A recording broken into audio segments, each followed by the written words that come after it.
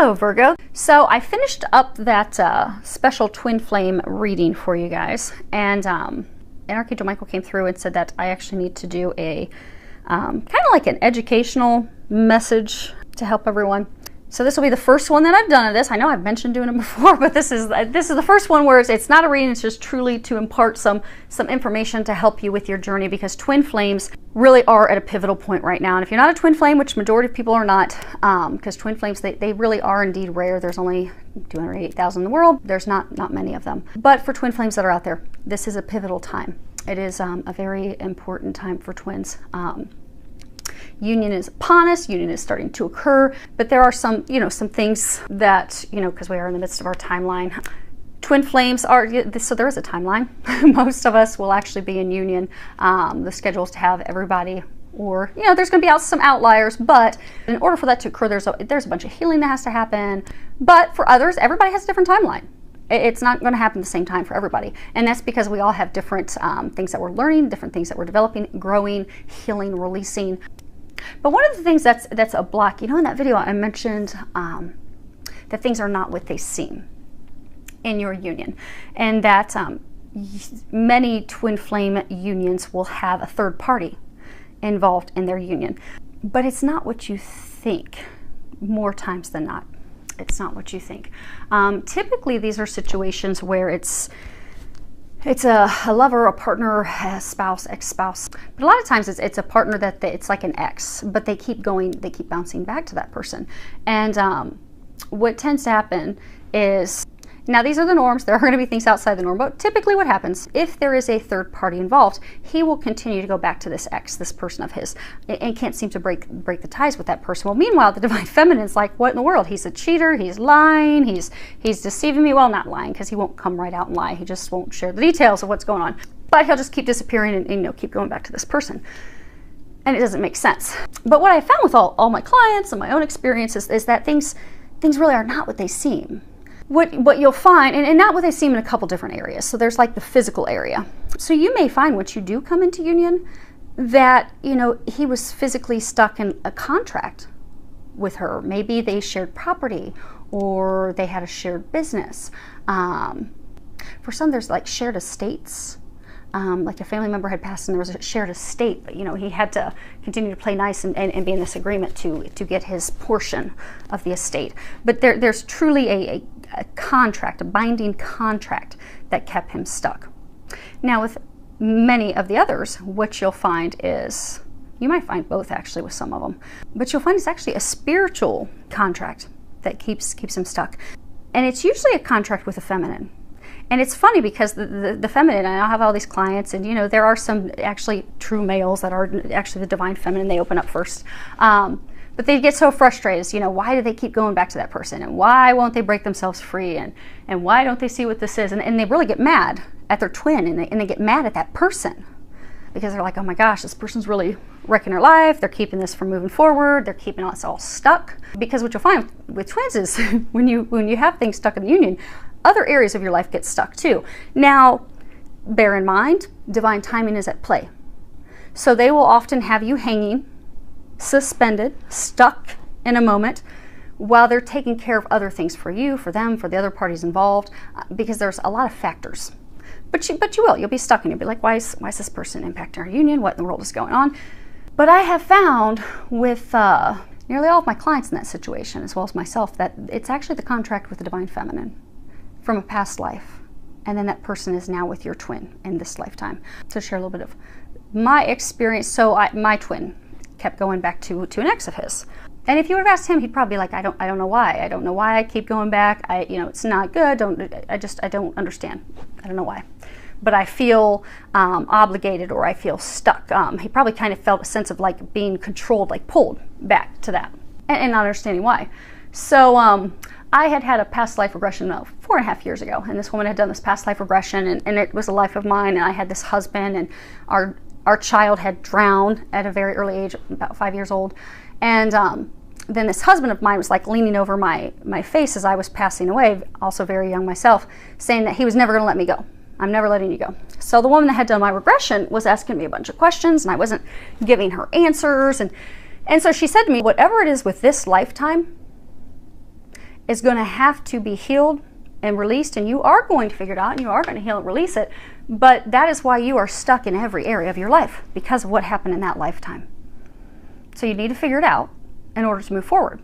And so here I am like, no, that's why I paid you to help me figure it out. But there was no information coming from me on that. She said, nope, it's all on you. You've got to figure it out. So fast forward, probably about 1.5 years ago. Oh my gosh, probably almost 2 years now. I was doing dishes, and typically Jesus will come in and tell me I have to cancel a soul contract with someone when I'm doing dishes. So I was told that I had to cancel a soul contract with someone. And so I said, you know, okay. And I sat down, and in comes this husband of mine from that lifetime. And as I'm staring at him getting ready to cancel a soul contract, his face morphed into the face of my twin's ex. I went to proceed forward, because when you do soul contract cancellations, you ask, you know, that person if they would like to cancel the contract with you. If they say no, you just let them know you're going to proceed and move forward, and it will still be effective. So I asked her if he wanted to cancel a soul contract with me, and she said no. She was very angry, furious. And I said, well, okay, I respect that, but I'm going to cancel it. And so did that. So I thought it was effective, but it wasn't. It did what it was supposed to at that time, but it was not completely over yet. So I was told, again, doing dishes, it's always like I'm always zoning out. It must be because I zone out and I stare out the glass doors and they catch me. But again, Jesus popped in and he said, you know, it's time, child. And I'm like, it's time for what? It's time to end a soul contract. And I'm like, oh, okay. And so I sit down, and I had never seen this past life of mine in its entirety. Because what happens is people are always like, oh, I want to learn about my past lives and I want to do past life regressions. They will not allow you to see your past lives unless there's something you have not learned from that, or something you need to heal from that. Because if you've learned everything from that life and you've released it, there's no need to go back and relive it and see it. But they will bring those lifetime experiences to you if you have not healed them at the moment that it is time for you to heal and release it in order to move forward. So I sit down, and they finally show me this past life in its entirety. And this husband of mine was very physically abusive, verbally, sexually abusive, not just with me, but also with our young child. And he had let our child drown on purpose. And he was glad that our child drowned. Well, our child is my twin flame. But he was very cruel. And within 1.5 years or so of our child drowning, I passed on as well from a broken heart. And that's why he was very angry when he was leaning over me when I was, you know, crossing over to the other side. So fast forward, that husband of my lifetime, our child, which is my twin, that he let drown, is now his ex in this lifetime. And it's not her. It's this dark thing. So they finish showing me this lifetime, and then they bring my twin in. And I can always tell there's going to be something dark when I've got Jesus on one side and Archangel Michael on the other. Because at that point, I had started doing depossessions. And so I was asking them, you know, after it was all done, you know, why did you guys let me think that this was effective when we did this, you know, 1.5 years earlier? And they're like, well, because you were not yet ready to handle something this dark. But now you're ready. And I saw why, because they brought in my twin, and then they brought her in, which was the husband. And same thing, I got to see this husband of that lifetime morphed into her and all of her features, but then I got to see this demonic reptilian thing that was possessing her, that was controlling him, controlling me, that past lifetime and this lifetime. So I had to do a depossession, because it wasn't her. I mean, typically if someone has a lot of anger and things, it's because there's something possessing them, something inside of them that's doing that, because we are made in the likeness of God. We are of love. So if it's not of love, there's something else causing that for that person. And once the depossession was done, I went over to help her up. She didn't know who I was. She didn't know who he was. Let her know that we love you. We're old friends. We're here to help. Asked her if she would be willing to cancel the soul contract with us. She was very amicable. She's like, well, yeah, let's do that. And so we finally canceled the soul contract. And at that point, Jesus said, it's finally over. It's finally done. Finally finished. And I don't know from his end what they did, because I didn't share that with him. Now, for all I know, on his end, he probably realized around November, December when that happened, that he was finally able to start disentangling himself from her. Whereas in all these years in the past, he couldn't do it and couldn't even explain. If you would ask him, he probably could not even explain why. I just feel stuck. I don't know why I can't free myself from this. But at that point, he probably had the relief to be able to finally start freeing himself. Because the interesting thing is, it sounds woo-woo and spiritual out there, but when there is a depossession that has to happen, it really does physically impact the person's life and those around them.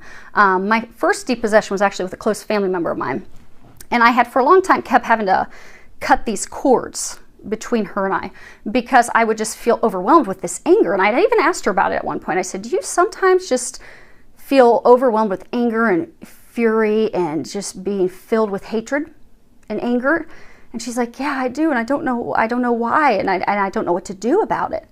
And I'm like, okay, well, I just had to continue to cut the cords. And one day I was told I had to sit down and do a soul contract cancellation. So I sat down, at Jesus on one side, Archangel Michael on the other.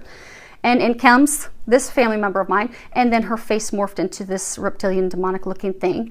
And one of its arms sprouted out to go and grab me, and Archangel Michael cut the arm off and said, no, not anymore. You're done. It's over today. And Jesus leaned over and told me, tell it to get out of her, child. Command it to get out. And I was like, no, because I was terrified. I was physically trembling. I've never been so scared. And I'm like, no, Jesus, you tell it to get out of her. And he's like, no, little one, you have to realize your power. Command it to get out of her. And I'm like, no. Archangel Michael, can you tell it to get out of her? And he's like, no, little one, it's your time. You have to do this. I'm like, okay. And so commanded it to get out. It was probably the weakest sounding command ever, but it worked. It was effective. It got out of her. I did not tell this family member of mine that until a few months later. We were talking. I asked her, how are you feeling? How have you been doing? And she's like, good. And I said, well, that anger that you were having, are you still having that anger? And she's like, no, I'm not. It's like completely gone. And so I, knowing the date of when we did depossession, asked her, I said, oh, so has it been gone for about 3 months? Maybe it stopped around this time. And she's like, yeah, actually, come to think of that, it's exactly when it stopped. She said, it's just great. I don't feel the sadness, the depression, the anger, this total hatred, fury coming out of me. She said, I'm just so happy again. I feel amazing. I don't even know why. So these things sound spiritual when we went out there, but they really do physically manifest in our lives. So with that being said, things are not what they seem with your twin. So if you are in a love triangle with your twin and they continuously go back to someone, please know that there's something spiritual to that. There's a lesson that they're needing to learn. There's a lesson that you're needing to learn. It's likely a soul contract between you and that person. It could be a contract between them. Now, what I've seen with most of my clients, it's a contract between the divine feminine. Because with this twin flame journey, it's the divine feminine that starts to give birth to this union, to start to do the work. So a lot of the stuff stems with contracts with the divine feminine. But what you'll also find with twin flames is one or both of them is going to have someone, a family member, a close friend, a lover, an ex, that is possessed by something demonic, typically. Because there's a spiritual war going on. And the dark do not want twins, which we are here embodying love. That's what it is. We are God's love incarnate. There's a spiritual war going on. Dark does not want that love to be spread. So they will attach to your loved ones to try and stop that from happening. So you will find that. So with that being said, things are not what they seem. So if you're in a love triangle,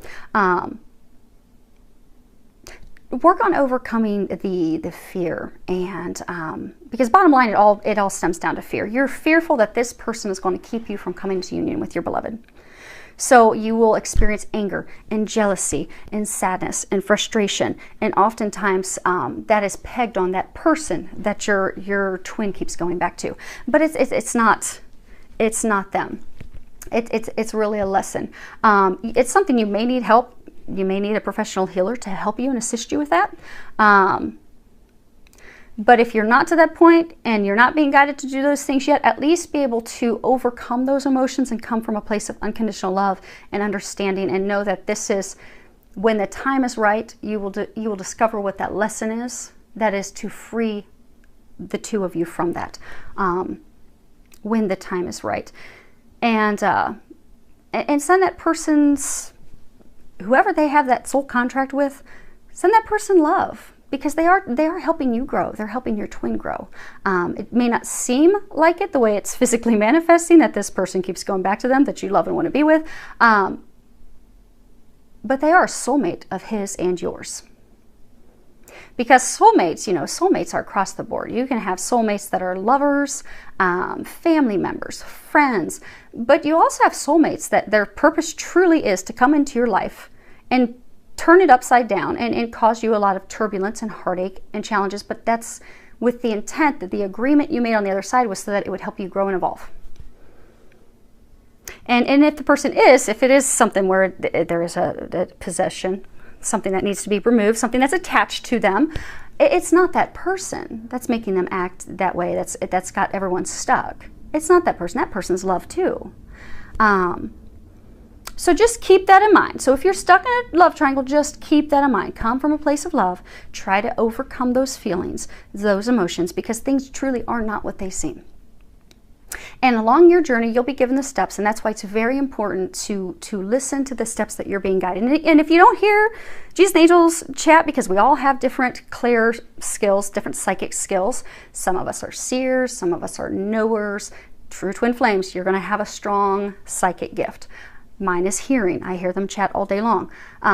But you may be a seer. So maybe you're getting images of what your next step is. You may not be ready yet to remove from this triangle.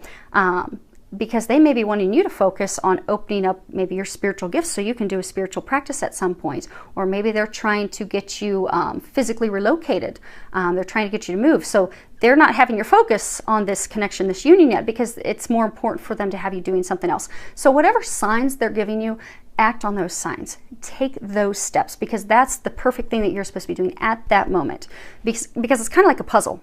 All the pieces have to fall in. Kind of like with that soul contract cancellation. I thought it was done a couple years ago. No, that was just the little part that had to be done then. And whatever it was doing, because it obviously wasn't, well, from my knowing, it was not impacting me, but it was doing something to help him. But it wasn't complete.